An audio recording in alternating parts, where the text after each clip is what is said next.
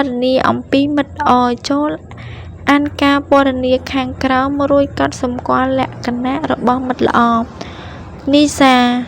សួស្តីផានីតតើអានេះ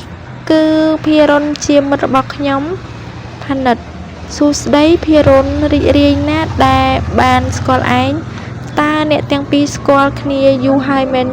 ឬទេនីសាមែនហើយភារុនជាមិត្តល្អរបស់ខ្ញុំ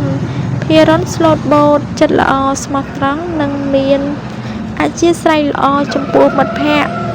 ផានិតប្រសើរណាស់ពិតជាគួរឲ្យរាប់អានមែននីសាផានិតដឹងទេភារុនរៀនពូកែណាស់ពេលទំនេរគេតែងបបួលមិត្តភក្តិធ្វើលំហាត់ឬចូលបណ្ណាល័យដើម្បីអានសៀវភៅផានិតខ្ញុំចូលចិត្តមិត្តបែបនេះណាស់ខ្ញុំសូមរាំអានភារុនផងបានទេភារុនមានអីខ្ញុំរីករាយនឹងរាប់អានឯង